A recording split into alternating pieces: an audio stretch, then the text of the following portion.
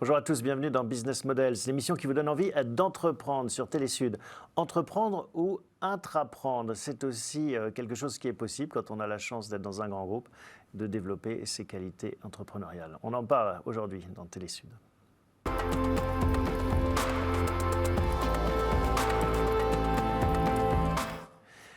Bonjour Guillaume. Bonjour. Vous êtes notre intrapreneur aujourd'hui. Vous allez nous raconter comment est-ce que finalement on peut développer ses qualités entrepreneuriales, même si on est au sein d'une grande maison. Votre grande maison, c'est Ecobank. En quelques mots, qu'est-ce que c'est Ecobank pour ceux qui ne connaîtraient pas? Alors le groupe Ecobank, c'est le premier groupe bancaire panafricain au monde, avec une présence auprès d'une trentaine de pays sur le continent africain. Et depuis une dizaine d'années, une présence sur le continent européen, plus exactement en France, avec des activités orientées sur le corporate investment banking. Et depuis peu, et c'est ce que nous aurons l'occasion de parler, des activités de transfert d'argent pour une clientèle de particuliers. Et oui, c'est ça, hein, l'activité que vous avez lancée au sein d'Ecobank et que vous pilotez. On va y revenir. Mais on commence toujours par une petite revue de l'actualité. Dans cet univers bancaire ou du transfert d'argent, est-ce qu'il y a des sujets qui ont retenu votre attention ? Alors oui, c'est un secteur qui a toujours été dynamique, mais on a pu voir cette dynamique marquer le pas avec la crise sanitaire. Pourquoi ? Parce qu'on imagine que, au contraire, la crise sanitaire encourageait finalement ces transferts. Oui, tout à fait. En fait, il y a eu la Banque mondiale qui avait des prévisions assez pessimistes dues à cette crise sanitaire, notamment sur les transferts d'argent, parce qu'il y a un poids très fort des communautés, des consommateurs pour des transferts informels. Et donc d'être déconfiné n'arrangeait pas les choses. Et en fait, cette crise sanitaire a révélé une première chose, c'est une transformation digitale qui s'est opérée sur le secteur. Des opérateurs sont accélérés leur transformation digitale avec des propositions d'offres digitales. C'est le cas de Rapid Transfer International. On s'est complètement inscrit dans cette démarche. Parce qu'avant, ça ne marchait pas de façon digitale ? Alors, il y avait plusieurs possibilités, mais il faut dire que les transferts d'argent, ce qui marque les transferts d'argent, c'est souvent la volonté des consommateurs d'aller auprès d'un agent, de déposer les fonds. Ça peut être également de donner de l'argent à des proches pour voyager ensuite et revenir dans leur pays d'origine. Et donc, cette crise sanitaire a fait qu'il y a eu l'émergence de solutions qui ont répondu à ces problématiques de confinement. Et au-delà, cette digitalisation, il y a tout ce phénomène des crypto-monnaies. Est-ce que ça aussi, c'est quelque chose que vous avez sur votre radar ? Alors, c'est quelque chose qu'on a sur notre radar. On a, par exemple, la Banque du Nigeria qui a lancé une crypto-monnaie. On regarde ça de près parce qu'il est certain que dans les années à venir, c'est une forme de distribution d'argent qui sera proposée, vraisemblablement. À l'heure d'aujourd'hui, le marché est peut-être encore émergent sur la plupart des opérateurs, mais c'est en effet quelque chose à regarder. Parce que je crois qu'il y a des pays où c'est assez développé, ce vecteur des cryptos qui sert justement, je pense à Cuba notamment, à des économies qui utilisent beaucoup ces transferts d'argent entre les diasporas et puis les communautés locales via les cryptos. Oui, vous avez tout à fait raison. C'est complètement dans l'air du temps. Il y a encore quelques années, le digital n'était pas du tout proposé sur le marché. Ce pas a été accéléré. Les transformations digitales se sont opérées. Et bien évidemment, les cryptos vont venir dans le paysage de plus en plus fort. Et on le voit ici sur le marché européen avec de nombreux acteurs qui proposent ces offres de services. Alors nous, la spécificité de Rapid Transfer International et du groupe Ecobank, c'est qu'on est vraiment présent sur le corridor Europe-Afrique. L'Afrique, c'est dans notre ADN, c'est le panafricanisme, la première banque panafricaine au monde. Donc il se devait qu'on occupe cet espace et qu'on réponde au mieux aux communautés de la diaspora africaine ici en Europe. D'autres sujets dans l'actualité, à part cet enjeu sanitaire qui a accéléré cette digitalisation ? Oui, en effet. Alors, on a pu voir dans les débats de pré-campagne présidentielle de plus en plus le poids prépondérant des communautés de la diaspora africaine, des transferts d'argent. Pourquoi ? Parce que le transfert d'argent devient de plus en plus une complémentarité, une aide aux subventions d'État données par les États européens, notamment aux pays émergents et plus précisément sur le continent africain. C'est-à-dire qu'en fait, en effet, c'est une bulle d'oxygène pour beaucoup d'économies notamment africaines, pour soutenir ces économies? Oui, tout à fait. C'est vraiment, sans les transferts d'argent, les proches, parfois restés au pays, ne peuvent pas toujours subvenir à leurs besoins. Donc c'est une réalité vraiment de terrain. On a une que idée l'on- des chiffres, des volumes? C'est 46 milliards de dollars qui sont transférés entre le monde vers le corridor Afrique subsaharienne. Donc vous voyez, c'est une manne financière qui est assez importante. Et c'est pour cette raison que le débat politique est de plus en plus ancré sur le poids de ces transferts d'argent. Bon, on va s'intéresser en effet maintenant à vous, votre entreprise au sein d'Ecobank.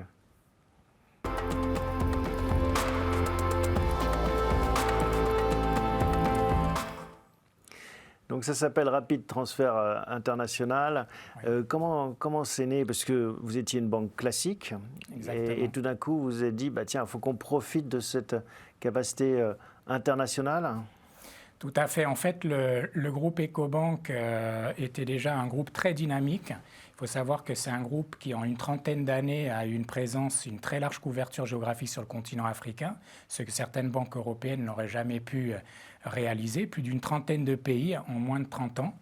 Et il apparaissait tout à fait logique de s'inscrire dans une transformation digitale. Je dirais même pas une transformation digitale, c'est de s'ancrer dans le digital. On a vraiment eu un saut générationnel avec des solutions qui ont été proposées très largement pour répondre aux besoins des consommateurs. Et c'est tout naturellement que sur le corridor Europe-Afrique, nous avons réfléchi à un projet, comment accompagner les communautés de la diaspora africaine avec un produit qui répond bien à leurs besoins, à forte valeur ajoutée, le transfert d'argent, au travers d'une solution 100% digitale. Et en effet, il faut proposer de plus en plus de services à ces consommateurs au risque de les perdre pour la concurrence parce que maintenant, tout le monde vient un petit peu développer le business de l'autre. Vous avez tout à fait raison, c'est un marché qui est hyper concurrentiel, le marché des transferts d'argent. Je pense aux opérateurs télécoms notamment qui regardent ça. Oui, tout à fait, il y a vraiment une concurrence forte. L'avantage du groupe Ecobank, c'est que ce soit le premier groupe bancaire panafricain, c'est dans notre ADN, le panafricanisme. Donc par cette forte identité de marque et différenciante, on répond vraiment à un besoin des consommateurs. Et puis également, il y a aussi la possibilité pour les utilisateurs d'avoir des modes de réception des fonds flexibles et tout à fait dans l'air du temps. Je vous donne quelques exemples. Un utilisateur ici en Europe envoyait des fonds sur le continent africain avec un mode de réception sur un compte bancaire, que ce soit Ecobank ou non. D'ailleurs, on a des partenariats avec d'autres banques locales, mais également en mobile money ou avec du retrait en espèces. Donc vous voyez, on a vraiment voulu, au travers de cette application, répondre au plus près des besoins. C'est qui vos concurrents? Western Union, on pense à des noms comme ça? Voilà, on peut passer les grands acteurs. Alors, j'aime pas parler des concurrents. Non, mais bon, c'est pour que ceux qui nous regardent visualisent. Bien sûr, voilà, tout à fait. Voilà, il y a des mastodontes sur le marché qui sont des opérateurs américains. Et puis, il y a des néo-opérateurs qui viennent disrupter le marché avec des solutions très il y a une saveur différente agiles. Entre américains et euro-africains? Mais la saveur fait que la plupart des gens, et je pense que vous êtes comme moi, vous vous reconnaissez dans vos origines souvent. À un moment donné, vous allez être plutôt plutôt être familier avec vos origines, à promouvoir vos origines, et c'est le cas du groupe Ecobank. Mais comment est-ce qu'on le traduit dans un service bancaire, ça, cet ADN? On le traduit avec un service qui est disponible 7 jours sur 7, 24 heures sur 24, qui est aussi porté par des personnes d'origine africaine qui sont établies ici en Europe. Donc, parfois, les personnes peuvent parler les dialectes aux consommateurs.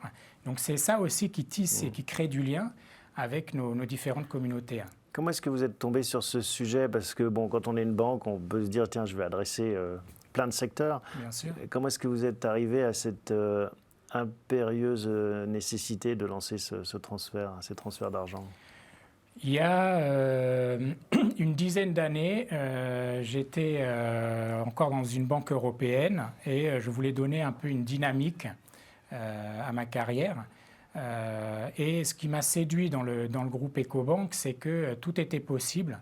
on sentait vraiment que ça se passait là-bas. Donc il y avait une plateforme ou un terreau entrepreneurial, Voilà, finalement, exactement. parce que c'est aussi l'intérêt de votre parcours, c'est d'essayer de comprendre voilà, comment est-ce qu'on laisse libre cours à des initiatives nouvelles. Tout à fait. En fait, c'est un terreau, pour reprendre votre expression, qui favorise l'émergence d'entrepreneurs. À partir du moment où, bien sûr, vous avez une vision stratégique qui va avec un projet qui tient la route, bien sûr. Et tout est possible. Et très rapidement, on en est venu au fait qu'il fallait qu'on continue à être positionné entre le marché européen et africain, enfin, sur le corridor, et élargir notre offre de services. Parce que en France, le groupe Ecobank, il y a une dizaine d'années, que j'avais rejoint, était déjà présent dans les activités de corporate investment banking, donc des activités plutôt orientées sur les grandes entreprises, des produits de trésorerie, par exemple, de financement du commerce international. Et il nous apparaissait tout à fait logique d'adresser une offre à une clientèle de particuliers, et pas n'importe quelle offre, une offre de transfert d'argent, parce que ça répond véritablement à un besoin ancré auprès de ses consommateurs. Et c'est vous qui avez proposé ça, qui avez porté cette offre, ou finalement c'est un travail plus de consultant et puis on vous a confié cette mission? Alors c'est un travail d'équipe avant tout, c'est-à-dire qu'on a eu une réflexion stratégique au niveau du groupe, avec des décisionnaires au niveau du groupe, puis on a décliné cette offre sur le marché européen, avec bien évidemment des études de marché. On a voulu embarquer avec nous des profils assez divers. J'ai fait travailler également des étudiants de très grandes écoles ici en France, très orientés sur le tropisme africain, qui nous ont accompagnés sur des études de marché. Bien évidemment, on a eu aussi des grands noms du conseil. Et puis ensuite, une fois qu'on a été armé de tous ces éléments, on a décliné notre projet. Alors premièrement, par des demandes d'autorisation auprès du régulateur français pour créer un établissement de paiement que j'ai la chance de diriger. Et puis ensuite, on a embarqué tout le monde dans ce beau projet. Et comment ça se passe concrètement? C'est-à-dire quand on est salarié d'une grande banque et qu'on se voit confier une mission comme ça, on se dit, voilà, physiquement, je vais prendre mes équipes, on va se mettre dans un bureau, ou est-ce qu'on reste éparpillé? Est-ce que vous avez un budget, une feuille blanche? Enfin, on peut imaginer plein de configurations. Comment ça s'est passé pour vous? Alors, de façon très simple, les équipes, vous avez tout à fait raison, étaient éparpillées. Parce que, comme on est ancré sur le continent africain, essentiellement en Afrique subsaharienne, nous avions des équipes au Togo, au Ghana, par exemple, qui nous ont aidés à construire notre offre, à déployer notre solution digitale, et puis également en Europe avec différents partenaires.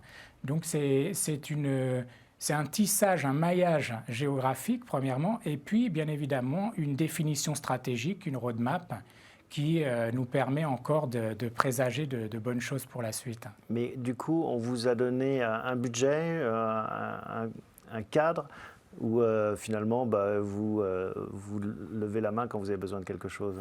Non, je pense que c'est comme dans tout projet de cette envergure. On a un budget au départ, une feuille stratégique, on se pose des questions, on a un cap. Donc c'est constitué comme une véritable entreprise au sein de l'entreprise. Exactement, avec des niveaux de validation qui sont respectés, puisqu'on reste dans un grand groupe avec des normes internationales à respecter. Donc voilà, et la particularité de Africa Rapid Transfer SA, l'établissement de paiement, c'est que nous sommes un peu assimilés à une start-up en quelque sorte. Nous avons eu au départ ce projet que nous avons décliné, et puis au jour le jour, nous testons des choses sur le marché, nous prenons un peu le pouls du marché pour améliorer l'expérience client. Et tout ça fait qu'on est dans une dynamique perpétuelle, quotidienne. Alors c'est dur de lancer une entreprise, faut arriver à faire bouger les lignes au sein d'une autre entreprise, d'un grand groupe avec déjà sa culture, ses habitudes, ses hiérarchies. C'est presque encore plus dur parce qu'il faut... il y a deux enjeux, c'est se faire une place au soleil dans son groupe et en même temps sur son marché nouveau. Oui, en quelque sorte. C'est vrai que dans un grand groupe, il y a toujours le poids parfois des décisions, ce qui n'est pas le cas dans le groupe Ecobank, qui a vraiment une dynamique en termes de prise de décision. tout en respectant des processus internes définis, de standards internationaux. Mais il y a cette dynamique qui est insufflée en prenant des décisions assez rapidement. On peut prendre un exemple? Par exemple, lorsque vous décidez de monter une stratégie en termes de marketing communication, vous allez la travailler, cette stratégie, et puis très rapidement, vous allez mettre autour de la table des décideurs en matière de marketing communication du groupe, et puis l'exécutif en charge de toute la banque de particuliers du groupe. Et ça peut se faire très très rapidement. Vous n'êtes pas obligé de passer par des étapes qui peuvent ralentir votre process, comme ça peut être le cas dans certains établissements.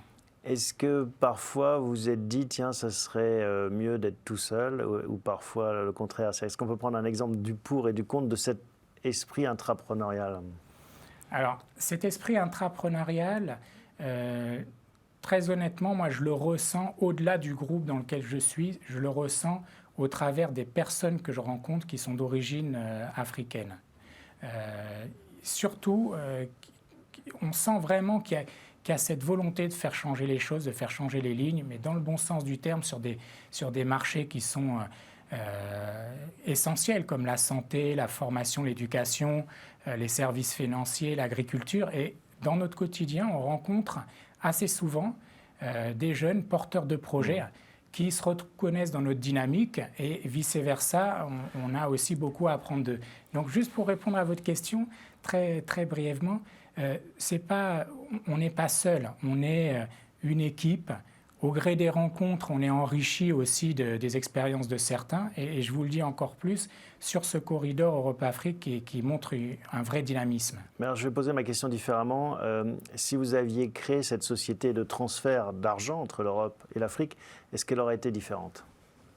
Je ne pense pas. Je ne pense pas, très honnêtement, parce qu'on a eu la chance d'être accompagnés depuis le départ de personnes de qualité qui nous ont donné tout un éclairage sur les usages en matière de transfert d'argent.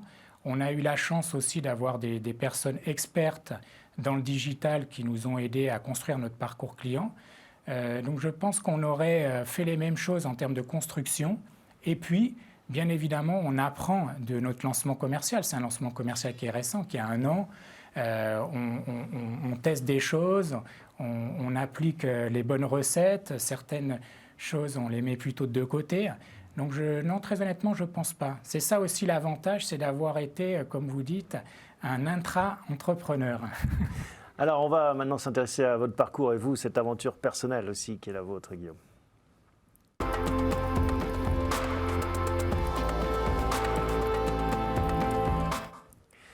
Alors, vous l'avez partagé avec nous, vous aviez décidé de donner un coup d'accélérateur à votre carrière. Donc, vous avez fait le choix de rejoindre cette banque panafricaine il y a 10 ans. C'est ça. À l'époque, on peut dire que c'était un pari? Alors, je ne dirais pas que c'était un pari, parce qu'on était quand même dans un établissement régulé, dans les bonnes formes, avec déjà une présence très récente sur la France, avec une supervision du UK, de la Chine et de Dubaï.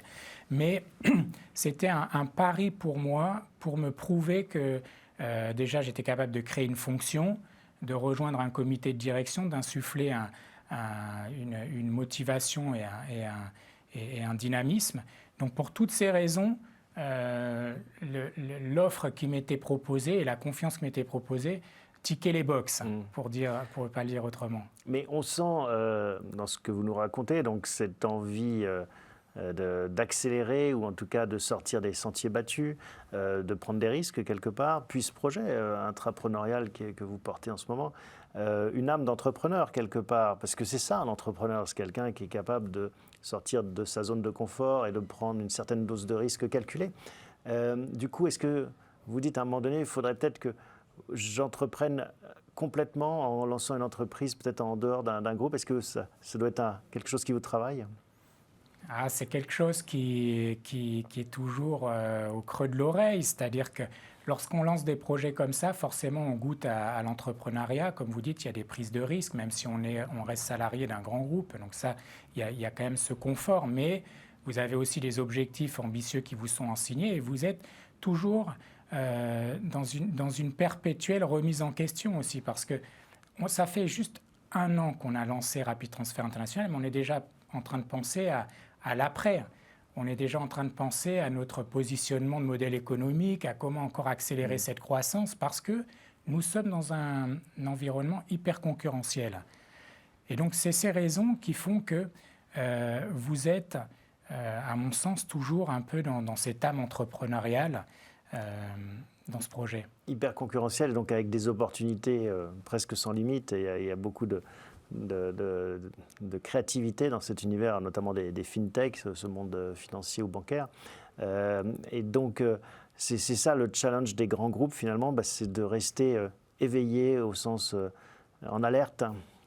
C'est essentiel, c'est-à-dire que les grands groupes, et on le voit bien, font des acquisitions aussi de jeunes fintech pour redonner de la dynamique en interne. Ça, c'est ce que vous regardez aussi ?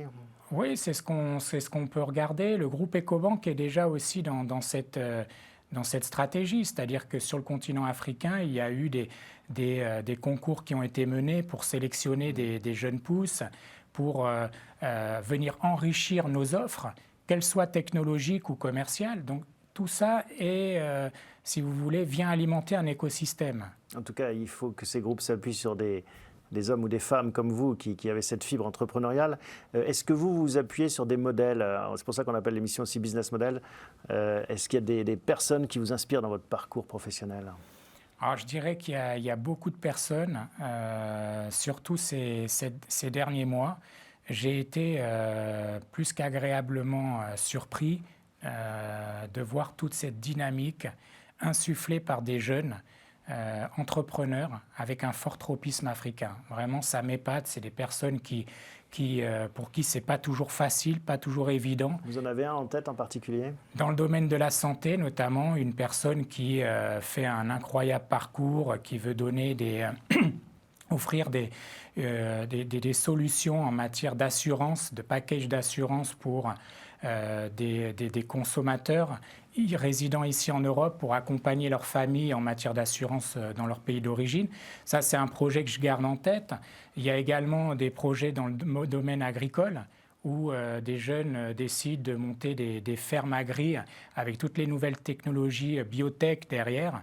On voit bien qu'ils capitalisent de plus en plus sur leur expérience européenne pour venir contribuer au développement économique du continent africain. Ça, c'est super. Et l'autre chose, c'est que également, ils donnent une dynamique ici en Europe avec des projets qui sont toujours épatants, vraiment. Donc, c'est en fait plutôt eux mes modèles, plutôt que voilà les grands noms qu'on peut tous avoir en tête. On peut avoir des références très, très diverses. Et vous, à titre personnel, Guillaume, qu'est-ce que l'Afrique vous a apporté ? Quelle inspiration elle vous a donné ? Diversité culturelle incroyable. Je connaissais un tout petit peu le continent africain, mais j'ai appris encore mieux à connaître les différentes cultures et j'ai encore beaucoup à connaître. Donc c'est ça qui m'a enrichi vraiment, cette diversité culturelle. Et puis la chance qu'on m'a donnée, c'est-à-dire de se dire, si tu veux t'embarquer dans ce projet, nous on te suit et on va te donner les moyens. Et ça, c'est formidable. Qu'est-ce qui vous fait vous lever le matin avec plaisir ? De vous rencontrer, par exemple, de se dire qu'on va commencer une journée avec une belle interview et puis surtout l'envie de toujours faire avancer les choses. Et puis là, je suis heureux parce que je vais rejoindre mon équipe et ils ont encore pas mal de choses à m'apporter, notamment en termes de business développement ou autre. Donc, et votre super. ambition, là, votre feuille de route, alors, c'est, parce que vous l'avez dit, ça vient de commencer, ça a 1 an d'existence finalement.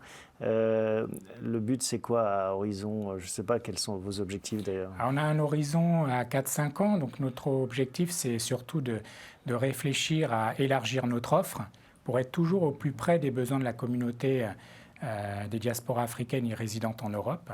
Il faut que le transfert d'argent, si vous voulez, serve d'outil à l'inclusion financière sur le continent africain. Dit autrement, vous avez des communautés de la diaspora africaine qui veulent préparer leur retraite, qui veulent préparer un projet d'investissement dans leur pays d'origine. Et donc, nous devons les aider, le groupe Ecobank doit les aider en termes d'offres. Et puis, on veut accélérer notre croissance en attirant avec nous des partenaires pour nous accompagner dans nos synergies sur le corridor Europe-Afrique et enfin réfléchir à une expansion géographique parce qu'on est présent dans une trentaine de pays sur le continent africain, mais il en reste encore 24. Il y en a 54, oui. Donc ça nous laisse encore un beau terrain de jeu et puis compléter notre panoplie avec également peut-être d'autres corridors parce que les communautés de la diaspora africaine sont présentes bien évidemment aussi dans d'autres pays à travers le monde. Merci Guillaume d'avoir partagé cette flamme intrapreneuriale. Hein, vous le savez, l'esprit d'entreprise peut s'exprimer dans beaucoup de secteurs. Merci à vous tous de votre fidélité. On se retrouve la semaine prochaine pour un nouvel épisode de Business Models.